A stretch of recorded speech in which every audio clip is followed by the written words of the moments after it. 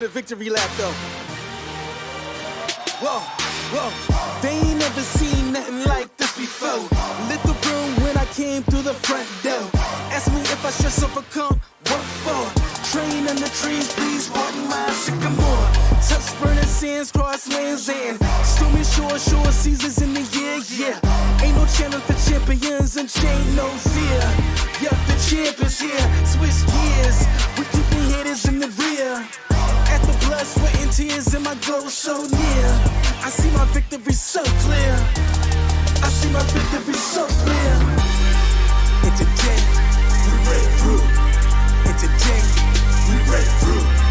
And today, we break through. And today, we break through. And today, we break through. And today, we break through. And today, we break through. I know it's lonely at the top, but that's not by speculation. But the position that I got, I climb too high to fall, way too hard to drop. Stop clocks on the speed bag. Every out under pressure, no jet lag. This is greater than trophies and saluted flags. Titles of fame, the cost is paid. Yay, I can't. There we go. What's up, everybody? Welcome into the Jack Family's live show. Joined, as always, by Brandon Sprague. I'm Danny Marang. Thanks, everybody, for coming in. Let everybody get settled in. Sam White, howdy. James Pizarro, let me eat always when I'm making dinner. Well, it's either when you're making dinner during games or, I guess, during Thursday Night Football. Thursday Night Football, baby.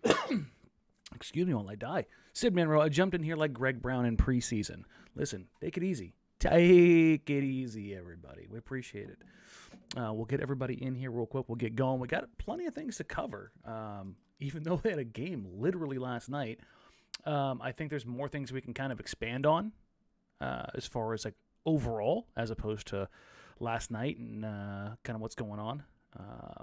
It's going to be interesting, I think. Also, Sprague and I are going to make predictions and for all of the major awards, and we'll find some way to put something very embarrassing on the line. I'm not sure what. We'll find something. Why do we need to do that?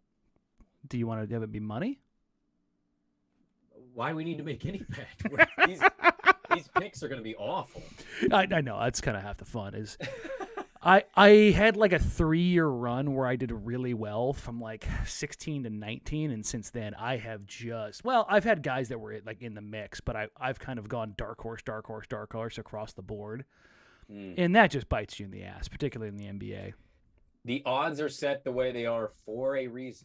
Yeah, there have been some injuries that have derailed some other stuff too, but other than that, yeah, it's been not great, Bob. Have you eaten that chip yet? No, I'm doing that probably tomorrow or Saturday.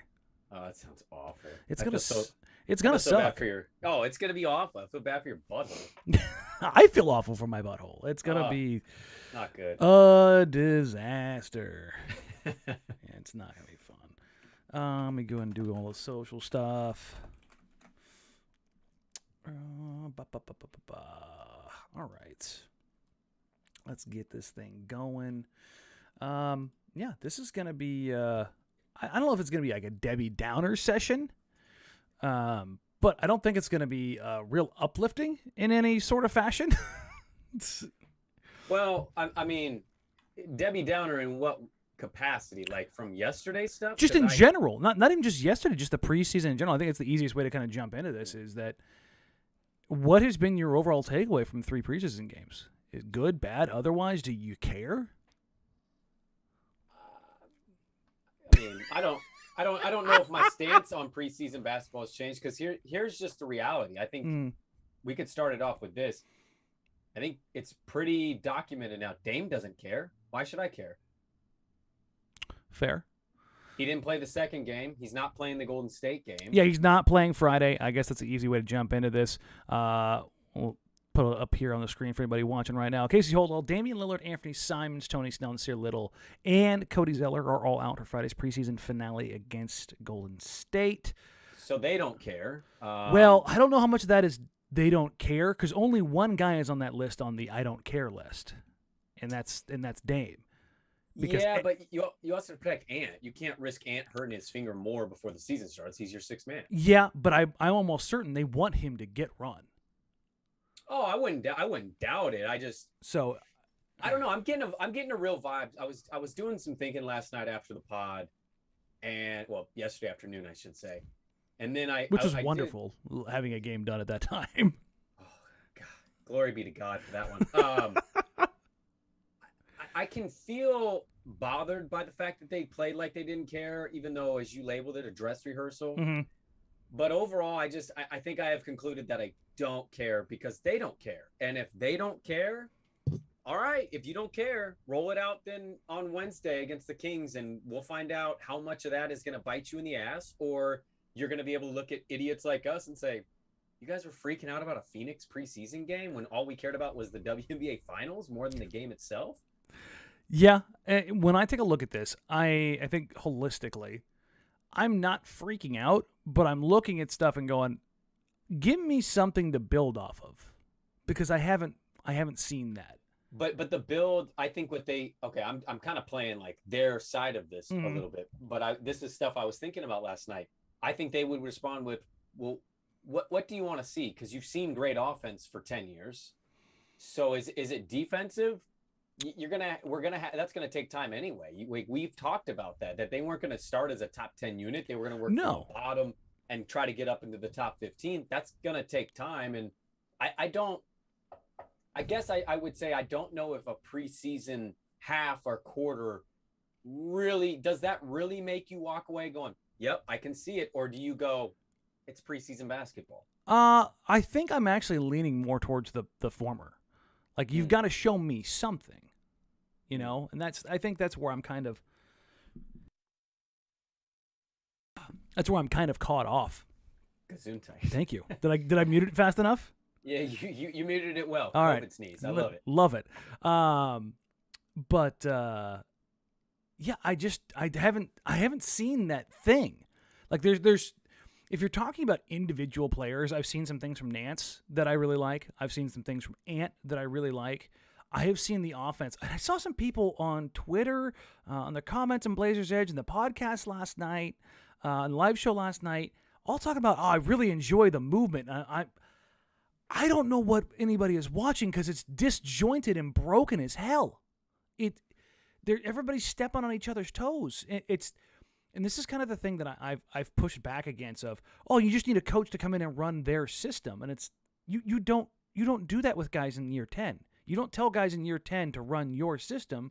You run what they do well. That's why David Black got ran out of Cleveland. It's exactly why. Yeah, I'm not running this. He's not.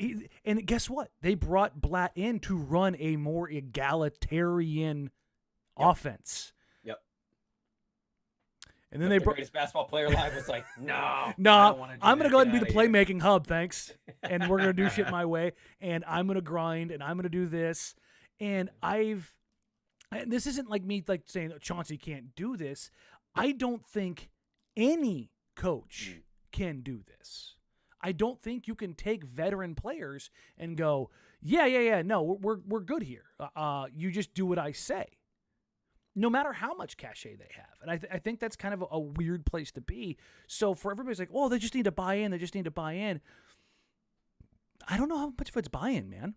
Well, here's the thing I'll say on the coach front. Like, I don't know how anybody, whether you do a podcast, or you write, or you just watch as a fan, I don't know how anybody walks away with any conclusions or real opinions of Chauncey as a coach yet. No. But I was thinking back too to I just recently on my vacation I read the Mina Fader book on Giannis, the Giannis book, which go get it. Oh my God, Mirren is fantastic. She's the best profile writer that is out there right now. Yeah, highly advised, 10 out of 10. It makes you somehow like Giannis more. That being said, you get to the part of the book about Jason Kidd. And when you say Jason Kidd, I think two things. I think rival to Gary Payton and guy I despise because everybody was like, Kidd's better than Payton. And while I can acknowledge he was, I didn't want to admit it as a younger person. No, who right? does? The second thing is Jason Kidd is in the all-time conversation of greatest point guard ever to breathe oxygen. He has as much to his name. He's a as top 5 any point guard player easily can have. And basically you read that book and you go, oh, that didn't matter once he became a coach.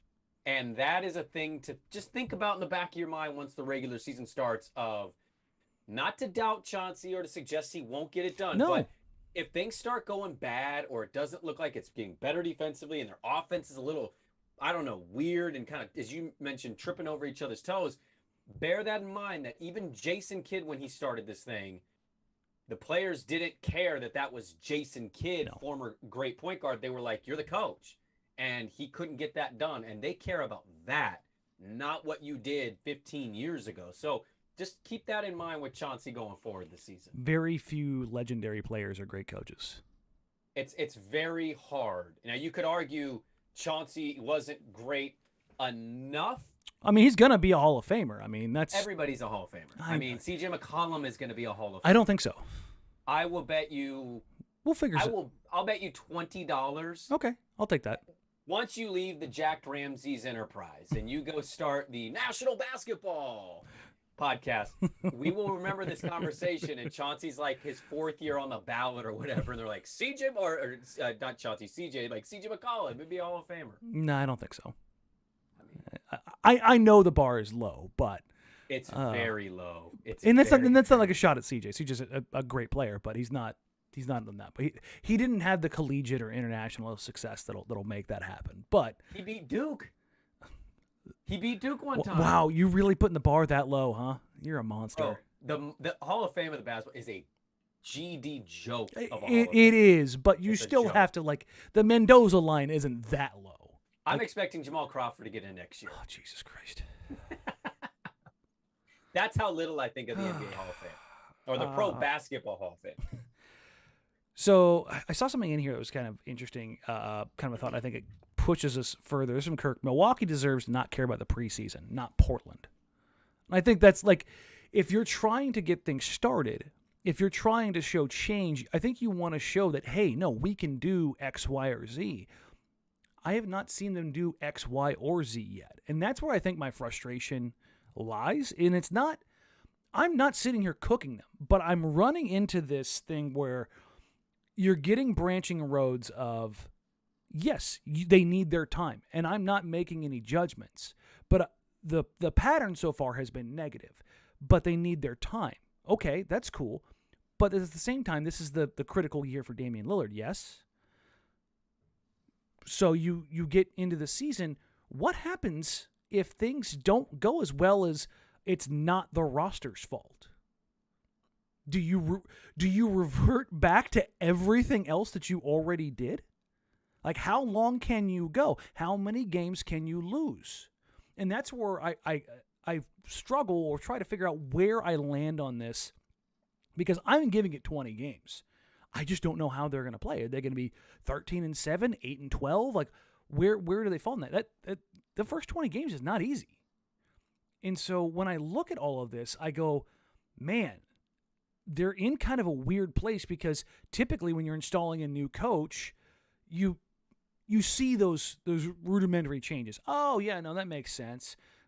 Okay, no, have you seen anything like that where you're like, oh, I get this. I understand this, because I haven't seen it yet. No, I mean, I haven't, I said this yesterday, but if a couple people maybe missed the pod, I haven't seen real substantial change defensively that makes me go, well, they're going to be in the top 12 this year in the NBA. It looked largely the same. You could even make an argument it looked worse yesterday, because as you mentioned, they went on every up fake that Phoenix possibly could dole out. Here's a thing, though. This is a real thing to me. Dame's going into year 10. He may commit to Portland and surprise everybody and be like, nah, I'm not going to leave. I think that's a more likely thing than people that are worried about are leaning towards. It's possible, but I'll tell you right now, if you barely make the playoffs, you get swept in round 1. I don't know how you go home and you're like, yeah, I'm cool with this. No problems at all. But I think when you observe Dame in the preseason, does he strike you as a guy that's like, I got a new coach, a new start? Or does he kind of strike you as, we're just going to roll this thing out, I'm going to be Dame, and we're going to play? Because I would say it's the latter in that scenario.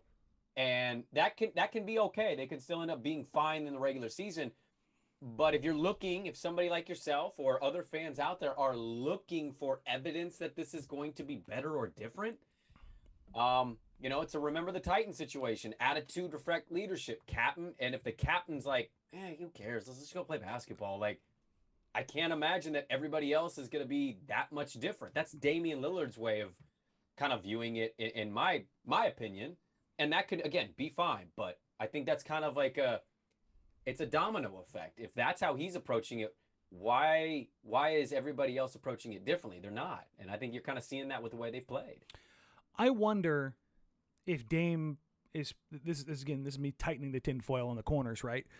I wonder if Dame is just like, I'm going to go out there, I'm going to play my way.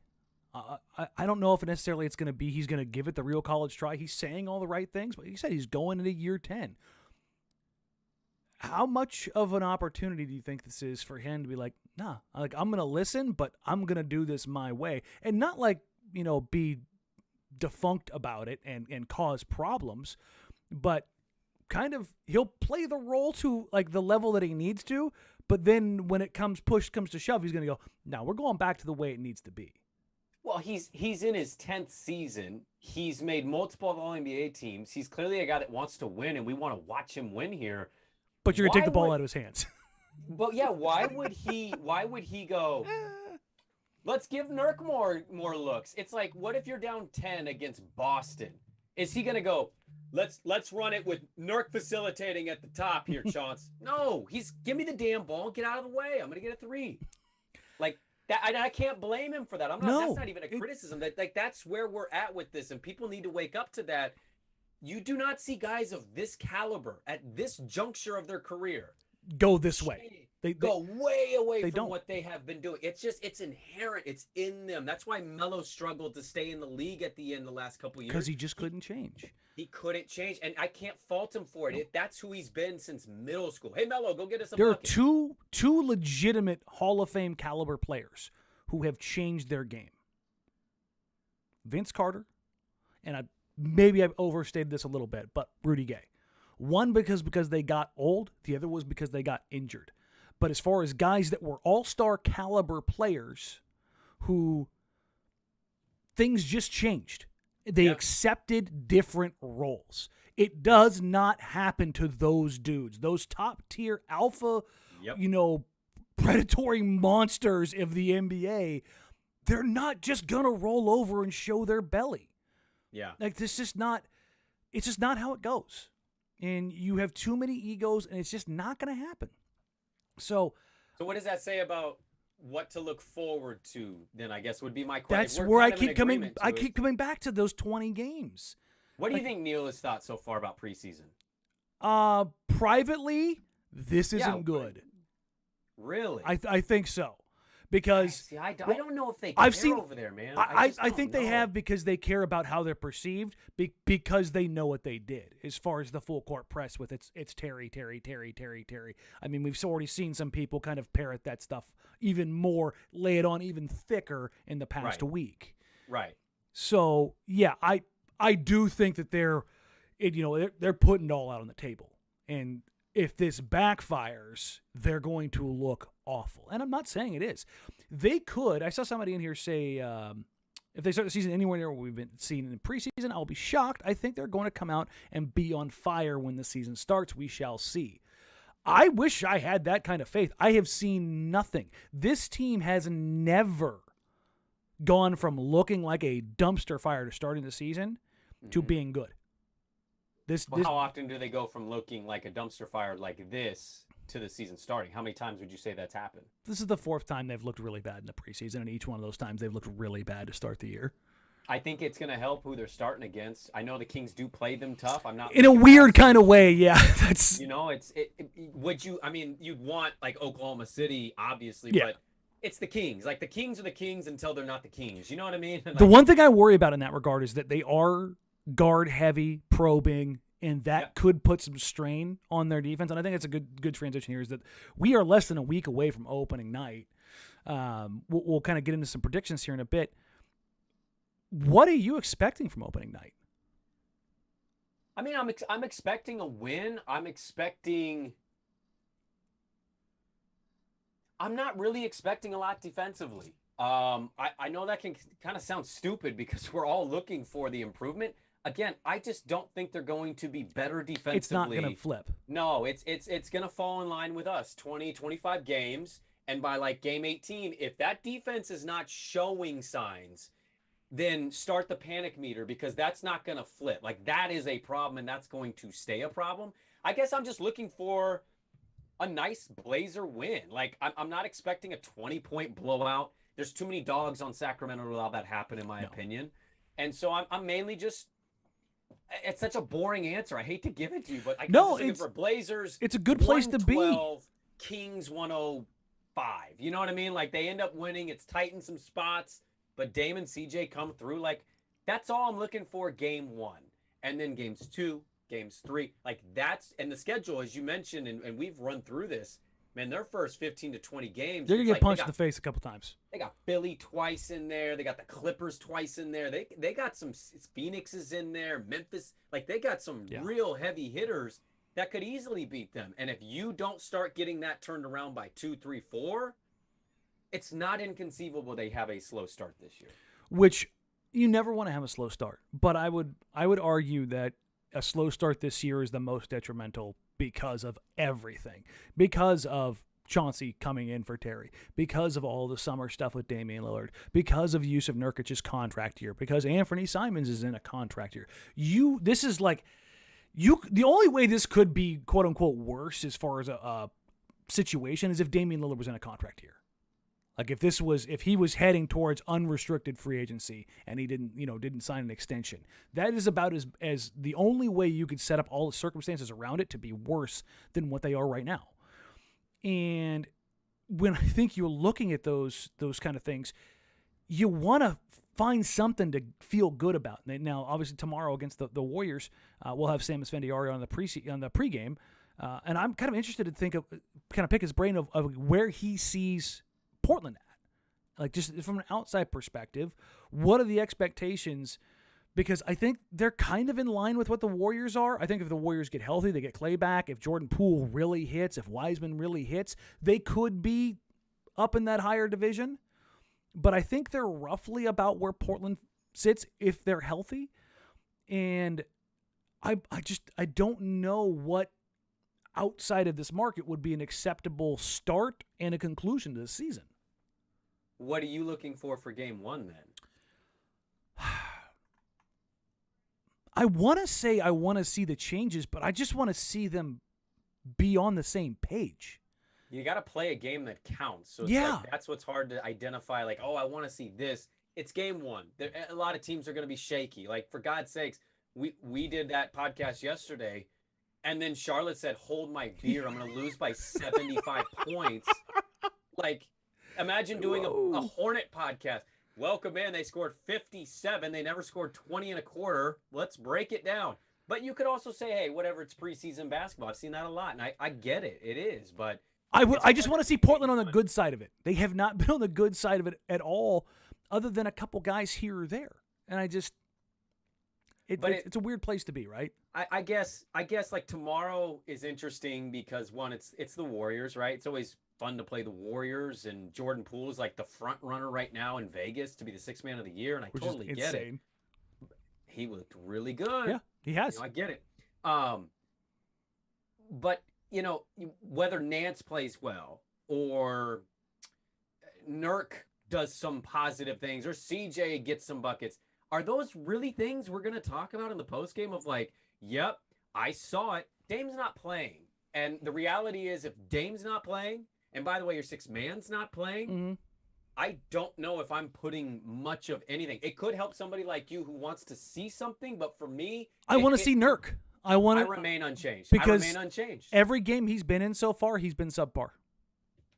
I totally agree. But if Dame's not playing, like, if you can't, it does change the coverage around everything else. I think I'm tired of caveating everything. I just, Yeah. that's why I'm looking for that. Like I said last night, I'm looking for that good string to pull. Like, give me something. Like, I'm just a big tuna, man. I'm just a big tuna, just waiting. Just jump the water. Let me hit the line. Give me something good. I'm getting tired of circling around. You're just throwing a worm on a hook. Give me something good to hit. Ooh, tuna eat fish, brother. I know. That's what I'm saying. Throw that mackerel out there. Let me hit that thing. All right. It's just, and that's all they've done so far is throwing the worm on the hook. I'm not seeing. This is the thing. This is why I push back against you a little bit on this. This is because you don't give a damn about preseason. Well, no, I mean, I've made that abundantly clear. We've had fun with that. But, like, the main reason I push back, I don't say you're wrong. I just don't agree. But the main reason for me is that I've not seen anybody at one center court go, this ain't great. We need to be better here. Like, it's like there's not a concern with any of this for them. Publicly, maybe that's a bit of a problem. That could be a problem, absolutely. But I kind of wonder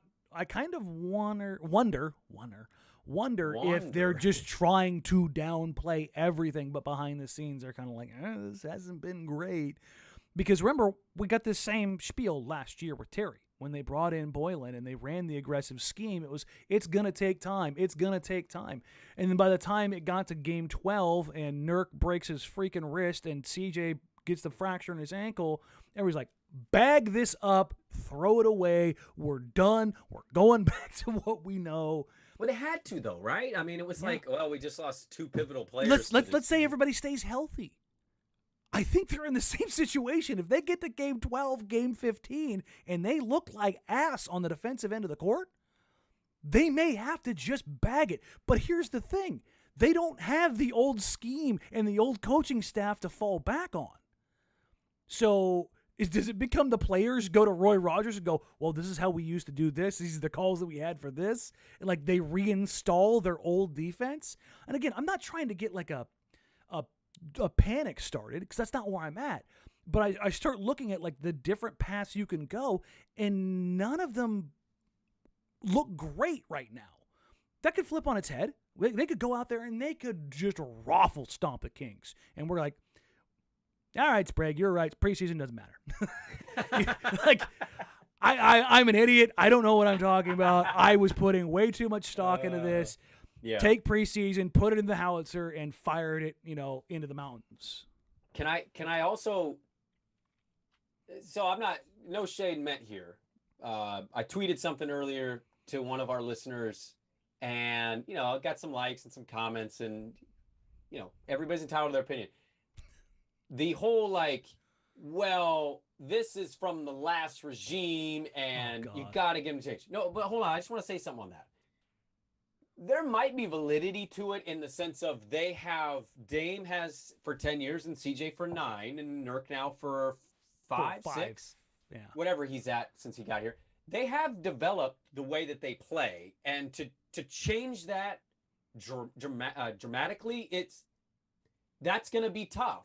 But what I would say to that is, don't throw the coach under the bus. Throw the general manager under the bus, because I know, and I know that guy knows. Did you expect these guys, these creatures of habit, to welcome a new era of, well, you're not playing the way you used to? By the way, your usage rate is going down. I need you to work more on defense. Oh, and the guy that lets you do whatever you want, he's gone, and somebody else is going to come in and tell you need to listen.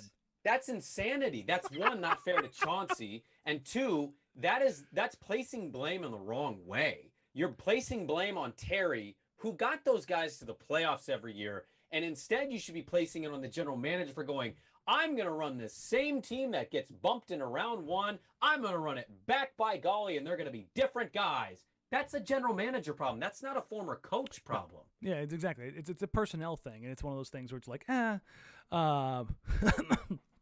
somebody, Cody says this is now it's the tuna empire, and Sid, please don't make me visualize you as a gimpy tuna. That's me. I am the tuna missing a fin. Do you think you'd get eaten? I was told in Waikiki that the biggest marlin ever caught is in Hawaii, and when they caught it, it died because it had a 500-pound tuna stuck in its throat. it choked on the tuna. Oh my God.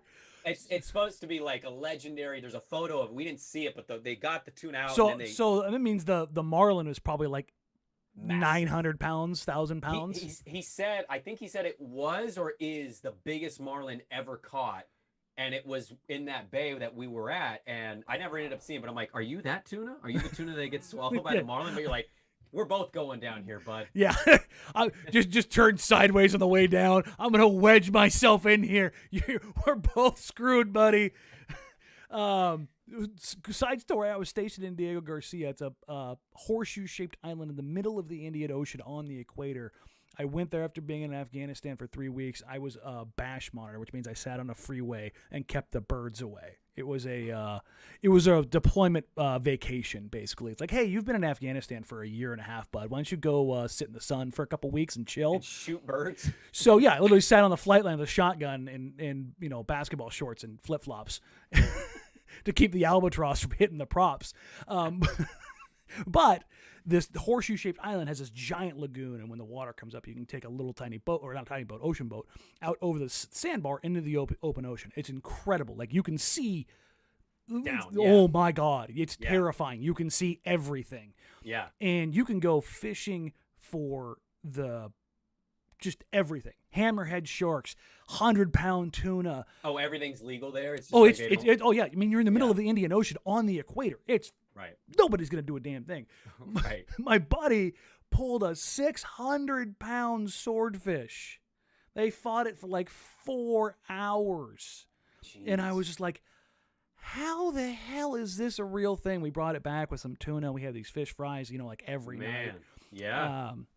But the marlin made me think of that, of literally like 100-degree days just sitting out on the ocean literally in the middle of nowhere. If you guys want to have fun with Google Maps, go look up Diego Garcia. It's an incredible little tiny island. I think it's like 6 miles total.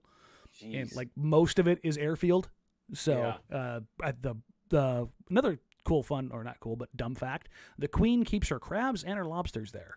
So it's a British Isle. So yeah, there you go. Well, there's a lot of those British Isles out there. I think basically we're asking, is Neil going to be the marlin or is he going to be the tuna? Oh, he's the tuna. Well, here's the other thing. Dame's the marlin here. That's the thing. Let me get my tin hat on. Yes, we need to get Jack Ramsay sponsored tinfoil hats. Tinfoil hats. I'll put it on here and I'll play a game with you. Mm-hmm. Let me get my third eye out. Damian Lillard is always going to play good basketball. He's going to get the recognition, the love. Damian Lillard did not get what he wanted this summer. Clearly pissed off by all the reports that went on. Saw Giannis win, says, no, I want to win in Portland. That feeling is what I want, is what Giannis has right now as he throws shots at James Harden for abandoning Houston. But the ownership loves Neil.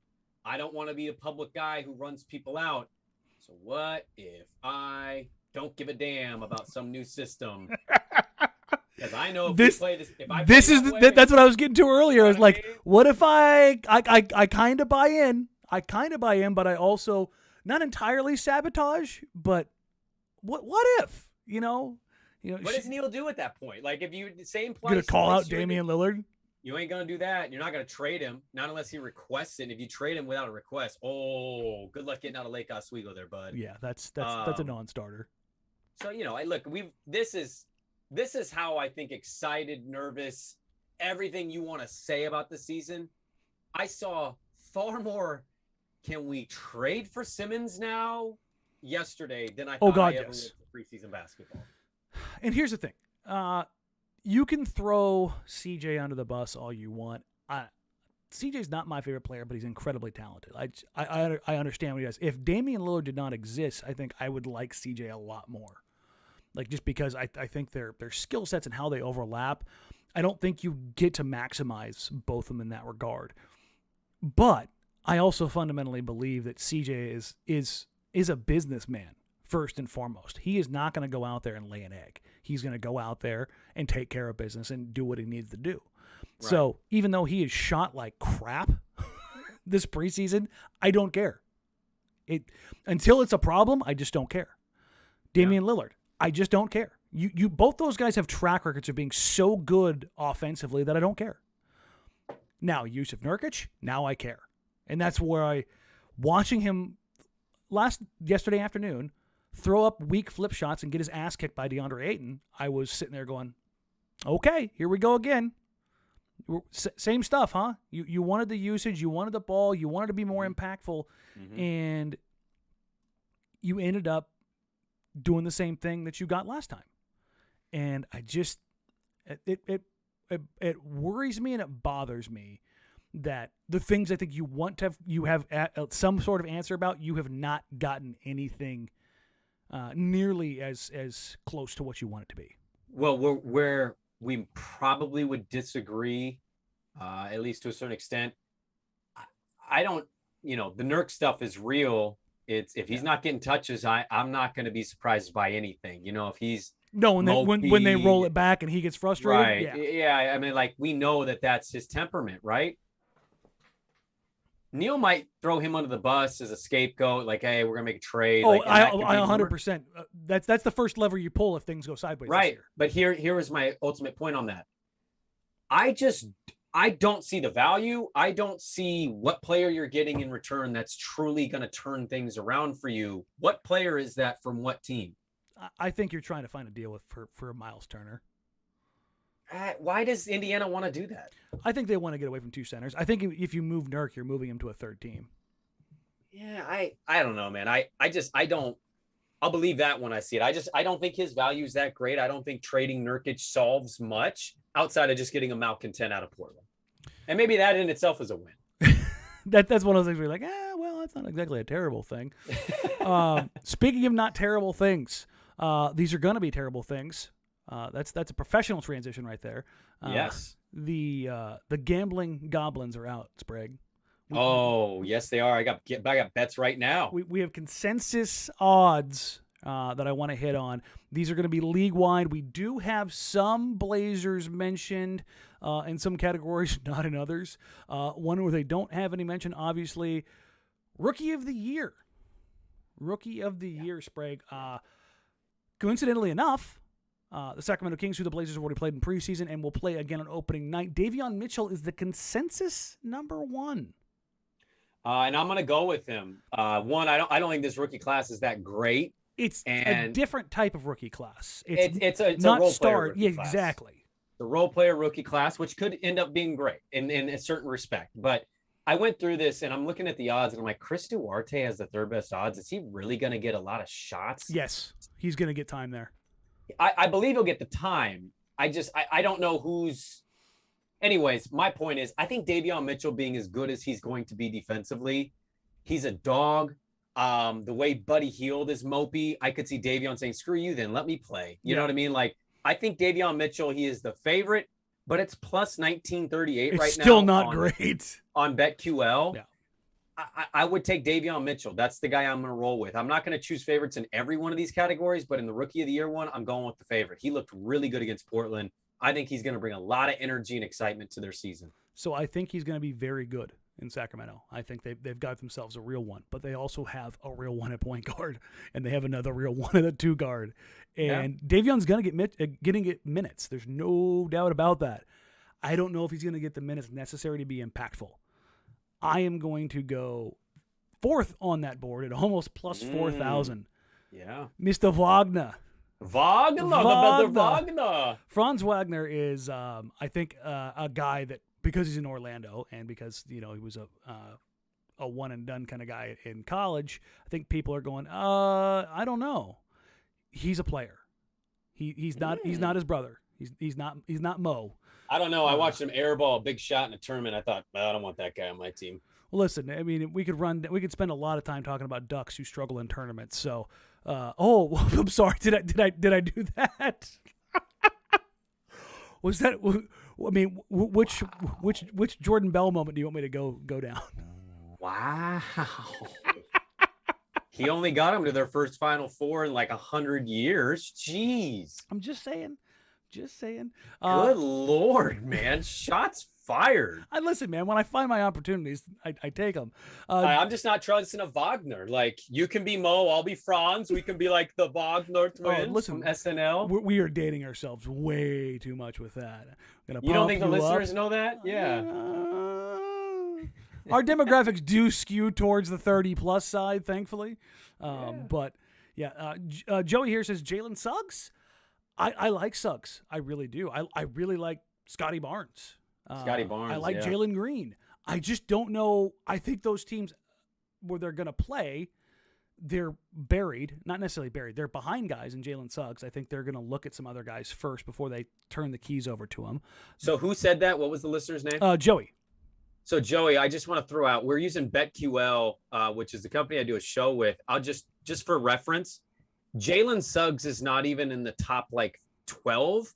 In fact, Matt McCollum, who just got put to the G League, is higher on the odds boards than Jalen Suggs. If you can find Jalen Suggs and you believe it, go bet. It's a good place to go put some money. It's going to be one of the better value bets probably in the NBA period if you can find Jalen Suggs on the Rookie of the Year award. It's because he's got so much in front of him. They've got Fultz, they've got Anthony, they've got guys that they're invested in that are also young that they need to make decisions on. And they're going to get heavy minutes. Scotty Barnes, I think, is going to be a very good player, but there's a bunch of 6'7", 6'8" dudes in Toronto, and unless Masai gives the directive to Nurse, like, hey, I want him out there, and I don't think Masai's ever going to be that guy, or he's not going to trust his coach, I think Scotty's going to get time but not get real minutes. I look at Wagner, and I go, I think he's going to get real minutes. That's why I'm leaning a little bit harder on him because you just need minutes to make it happen. All right, let's get into most improved, which I thought was a little surprising as far as take a wild guess as to which Portland Trailblazer has the best odds. The best odds. It's got to be Anthony Simons. It is not. Right? Okay, I'm still scrolling. I'm not seeing a Blazer. Hold on. What? Yeah, you got to it. You do. You would never bet this. Why would you bet that? I have no idea why CJ McCollum has better odds than anybody else in the Trailblazers for most improved. He's not in the running. That's not possible. That is actually an impossible bet to win. I saw that and I was like, oh, I wonder where Simon's at, because if plus 10,000. Yeah, when I saw that, I was like, you're talking about value bets. That's not a terrible one. Danny, he's behind Korkmaz. No, and he's going to be given a real role this year, which that's good value right there. Yeah. I mean, that's delicious value because there are some players on this list, like Karl Anthony Towns is on this. Isaiah Stewart from Detroit is going to be. Come on, man! Like, what are we doing here? Yeah, I was hoping you hadn't gotten to that. But I didn't go all the way to the bottom. No, jeez. No, you've been hyping up Jordan Poole a ton. Yeah, I know that. But are you taking Poole? I am not taking Poole. Who are you going with? I think Poole is a very good bet. I was convinced of this a few months back, or maybe a month. I don't even know what time is anymore with COVID. I was convinced with a good friend of the show. I'm taking Darius Garland at plus 2,200, 2,500, 3,400, depending on the book you're looking at. Consensus is 22-23. I'm taking Darius Garland. I do think he's going to have a monster year. I think him, Mobley, Jared Allen. I love that trio. I know they're getting Windler back, so we finally get. They're going to throw Lowry out there at the 3. I love it.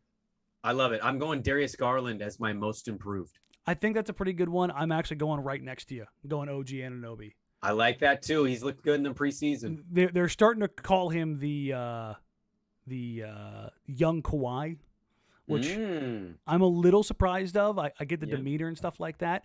But yeah, I'm a big OG guy. When that draft came around, and I know this is the 2017 draft that shall not be named, I said if the Blazers stood pat, OG was my number one. Go search the Twitter history, folks. It's there. I had OG rated incredibly high. He has developed more of a handle, more of a pull-up game. He has added things that I didn't think he would add. You see that step back shot he had the other night? Yeah, his off the bounce game has grown tremendously, which is terrifying. But Anunoby also at 2,200. I think that's a pretty good value bet on both ends, to be honest. Moving in Defensive Player of the Year, the Blazers do have one guy in here on Robert Covington, but he is buried down there. That's what I think the kind of the position. It's a little bit interesting that Covington is that far down, because I don't think he really has a chance. No, he's got zero chance. But I also was like, that's a little weird to see him that far down. Like, it's. Well, I'm going through this list right now. I'm not seeing anybody he should be ahead of so far. There's a couple, but hold on, let me get to him. How far is he? Like at the bottom? Oh, okay, there he is. Yeah. Okay, so he's below LeBron. I put him above LeBron. LeBron's not going to exert that energy. He's not going to do that in the regular season. Porzingis isn't healthy. I don't know about Robert Williams. Yeah, he could be ahead of a couple of these guys, but I totally understand why he's kind of near where he is. This is a very top-heavy pick. I don't know if you would go outside of the top 8 candidates. Because no, that's funny because my cutoff here is literally 8. After Draymond is when I stop. Okay, so I'm taking the guy above Draymond right now. I'm going with Bam Adebayo. I think he is going to have a monster year. I thought he had a monster year last year defensively. He's one of the more sneaky defenders in the league for people who don't get to watch Miami Heat basketball. I like him better than Miles Turner. I like him better than Joel Embiid. Anthony Davis doesn't stay healthy. Ben Simmons is frustrated. Gobert's not going to get that award again. So you're kind of looking at... You got too many people pissed off at him. I mean, you're kind of looking at Giannis and Draymond, in my opinion, if Bam stays healthy, of getting in the way. But I think Miami's going to be good this year. And I think they're going to be ran on defense by Bam. Their team defense is pretty nutty between Lowry, Butler, and Bam. Yeah. You can pretty much plug and play any other 2 guys you want there because you got point of attack, help defense, rim protection, switchability, strength. Yep. They're a tough team. I am going to go. This will probably forecast which way I'm going to go a little bit further. Giannis. Yeah, I love that pick. I love Giannis. We had a listener here earlier talk about the Bucks can take things easy. They could. They're not. Giannis has been an absolute nightmare already in the preseason on both ends of the floor. He has looked incredible. And Danny, he shouldn't pull up shots right now. You're giving it away. My God. You're giving it away. My God. Unbelievable. But yeah, I look at that and it's one of those things where it's like, I don't know, man. All right. 6th man of the year. How many defensive years awards would that be for Giannis? 3 or 4? 3, right? Yeah, because he has 2. 6th man of the year. This is another one. Jordan Clarkson's probably going to win this thing again because, by God, Utah's going to have a lot of wins and he's going to come off and get absolute buckets. But it's kind of boring to say the favorites, is it not? It is, and I did not take a favorite. Oh, okay. I'm curious to see where you go with this one. I'm going to give you one that I think is sneaky good, mainly because I think he's a borderline starter. If Patty Mills, damn it, you took it. If Patty Mills stays as the 6th man, which is Nash is basically like over Kyrie now. We'll see what they do. Well, they could start Bruce Brown and then have as a defensive helper, and then bring Patty off the bench is what I think they'll do. But if he stays in this category all year, I really like him. I thought LA or Brooklyn, and those are the 2 teams he was deciding against or before. I thought whoever landed him was going to end up with a huge offseason acquisition. I was a little bummed he picked Brooklyn. I wouldn't have liked him to be on the Lakers either. He is a damn good basketball player, and I'm going to pick Patty Mills to be 6th man of the year. I was going with Patty as well because of the Kyrie situation. It's going to open up some opportunities where I think you could put him in a quasi-Ginobili role, which I think he'll start some games. Yeah, but I think they'll go, you know what? Let's bring him off the bench and just have him go ham, and we'll start Brown and we'll put some more defense out there alongside just the greatest scorer in the NBA in KD, and then probably one of the best just point getters in general in James Harden, and let them kind of relax defensively during the regular season. I think it's going to be a situation where they just kind of walk through it, and I think that's a thing where. I've seen a lot of people really excited about Tyler Herro, like he's finally figured it out. He stopped chasing the IG model because he's got her basically locked up. That was the complaint that I heard a ton of, is that he just didn't care about basketball. And which, well, I mean, you're a 20-something kid with millions of dollars in Miami. Oh, I'm not refuting that he doesn't like chasing the ladies. I don't know if I buy he didn't care about basketball. I mean, he seems to really love basketball. This is what I had heard, is that some of the frustration I had heard, he was getting shopped around this last off season, because he wasn't really fully committed to it, and that's not really necessarily a shot at him. I think everyday fans would be a little surprised to see how many guys behind the scenes are actually not all about basketball. Oh, 100% on that. Yeah. I kind of buy him as, and not to refute whoever told you that, but like, he's just one that strikes me that he does. I know he had a struggle bus season last year, but it was weird to go from the bubble and be that big shot maker to what he was.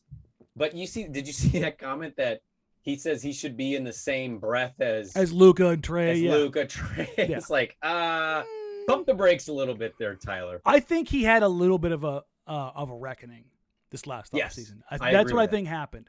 And I think he may have gave the illusion of being one of those guys you might have to worry about, and I think somebody got to him. That's what I think happened. And he's back on this track of like basketball lifer kind of a deal. Yeah. Now it's the big hammer, MVP. And speaking of Blazers, Mr. Lillard comes in with the 6th best odds, and they aren't bad, 1343.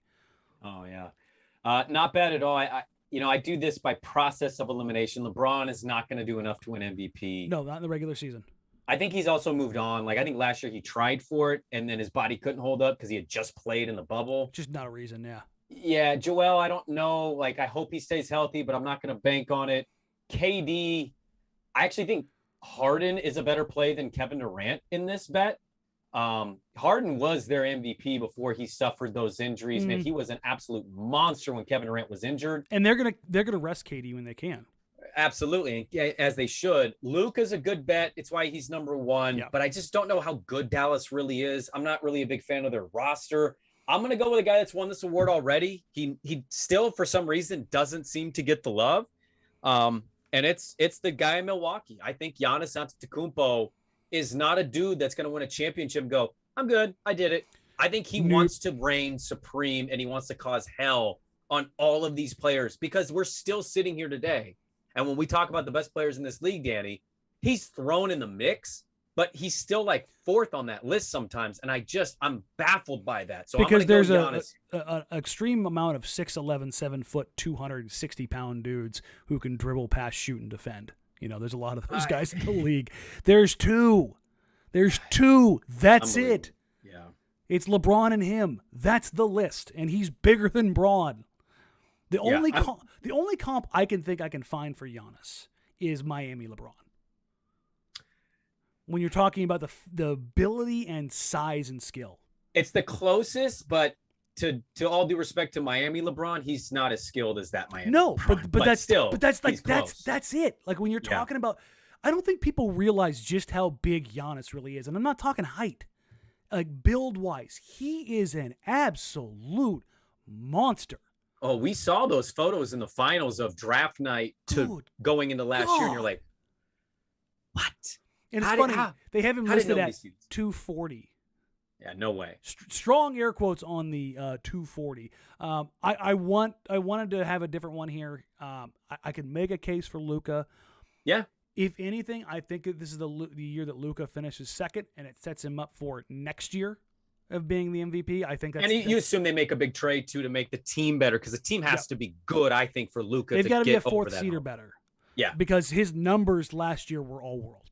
Right. I don't think anybody's going to argue that. But I am going with Giannis for anybody that hasn't seen it yet. Giannis is hitting jumpers, folks. Pull-ups, post spins, threes. He took a lot of BS out of his jump shot. Did you see him at the free throw line yesterday? I missed the free throw stuff. I saw done in 5 seconds, baby. Good for him. 5-second free throw. Yeah, just cleared his head. I don't know if he went and talked to a psychiatrist, a shot doctor, whatever. But he seems to have figured some stuff out. I would say, based on reading the book of Giannis went in a gym and said, F this. Yep. We're getting better in this area and that area because, look, there's no real mention of psychologists. He is as straightforward as it gets as a franchise guy. Mm-hmm. Give me the keys to the gym and let me work my ass off. Which they've had to kick him out of before.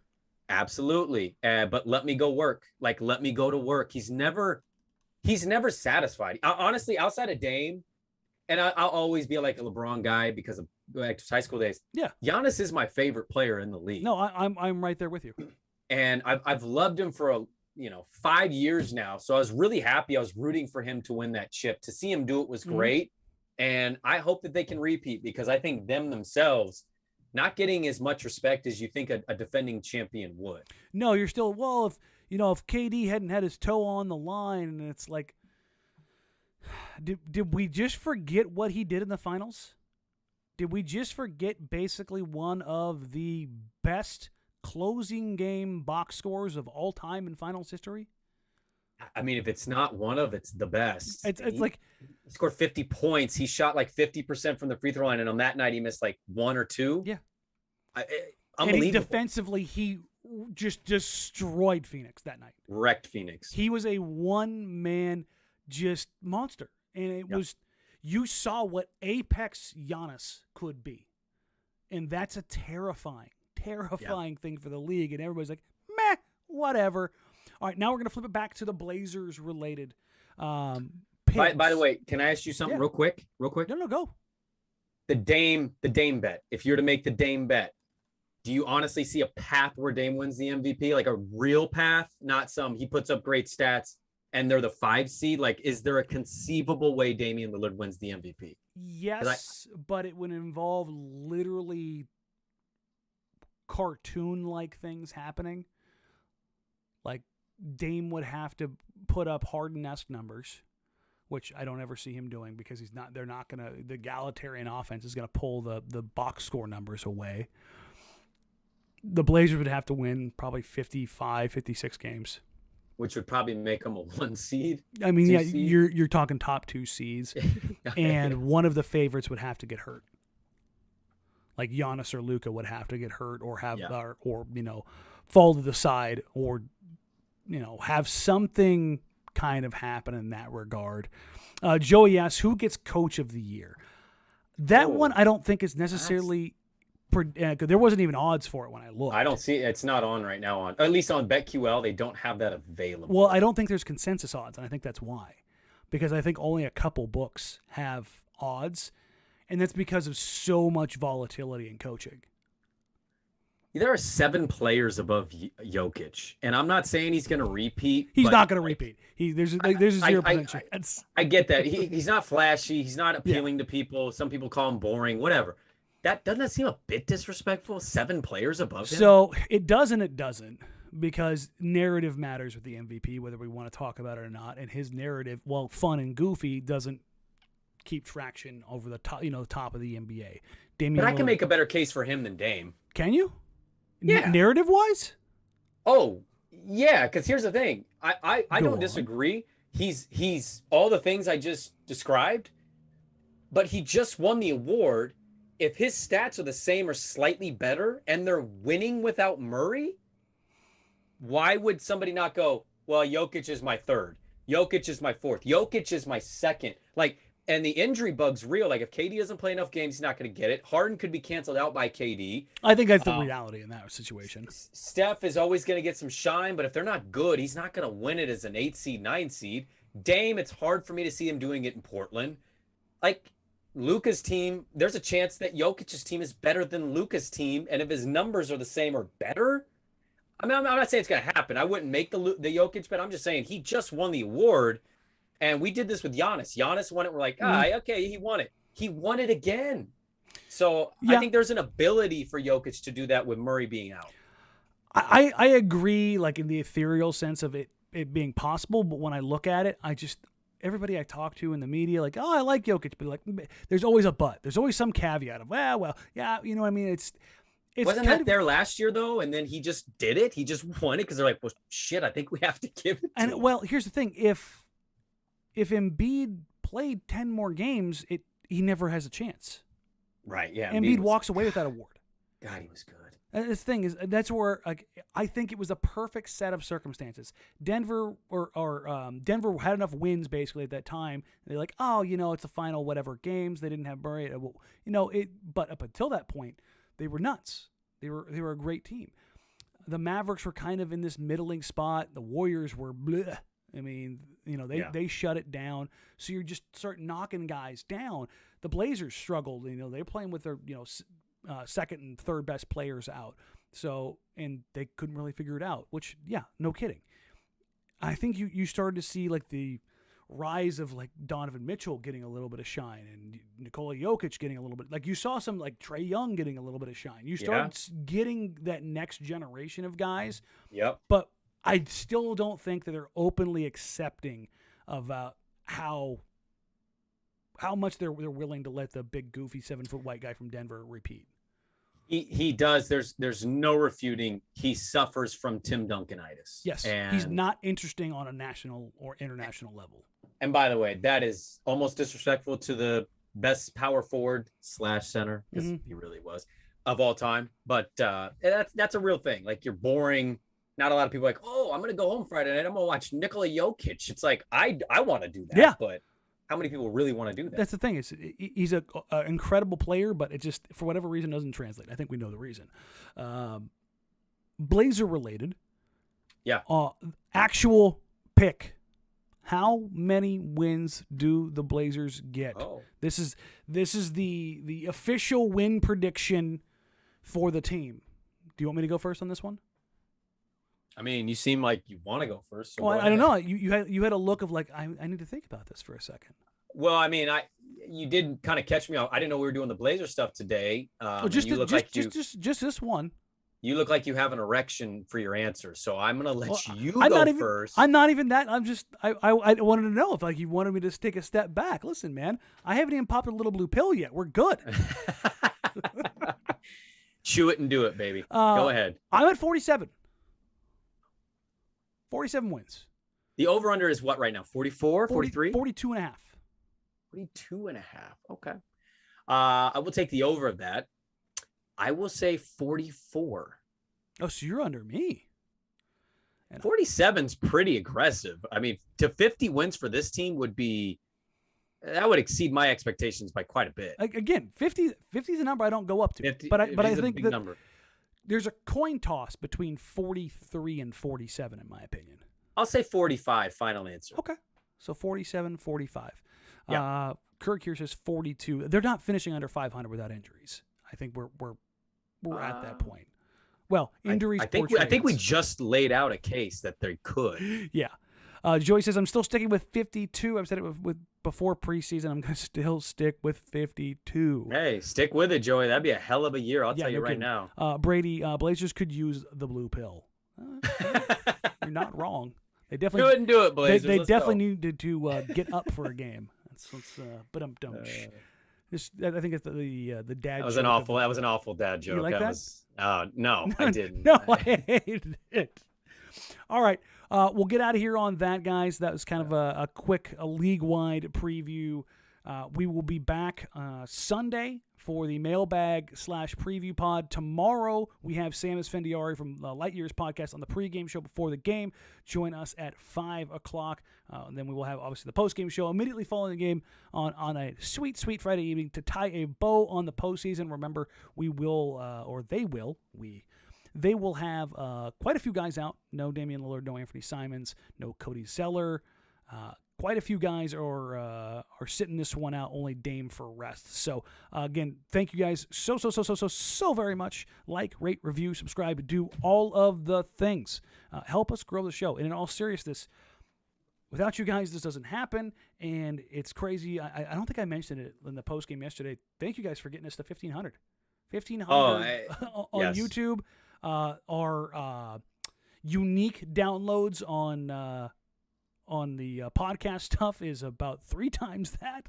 So thank you guys so very much. I really appreciate you. And we Danny. Yes, we. Thank you. That's the collective pronoun we want here. We really appreciate you. No, the support has been really awesome. We're having a lot of fun doing this.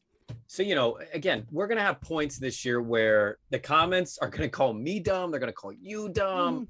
100%.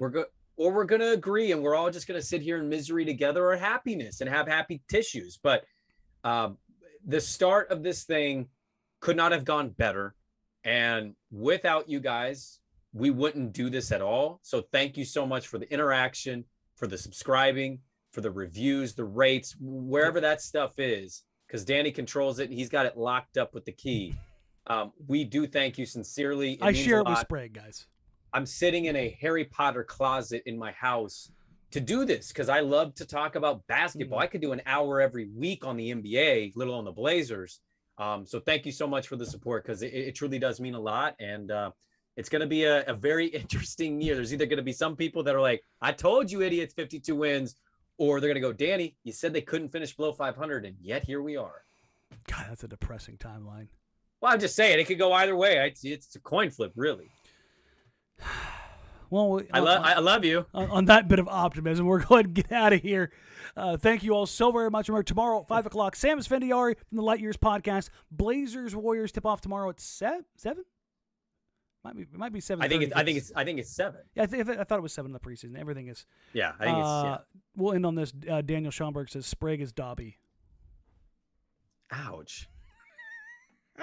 You guys know I don't like the movie, and then you just name me that character. Oh, Dobby Sprague. Oh, no, I'm thinking of Schmeagol. Yeah, I'll be Dobby. Good God, you just got Harry Potter and Lord of the Rings mixed up. You're going to piss off the nerds. I'm sorry. It was a mistake. I love Dobby. I almost cried when he got killed. That was a sad moment. It was a very sad moment. Anything for Harry Potter. All right, everybody. Thank you all so very much. We will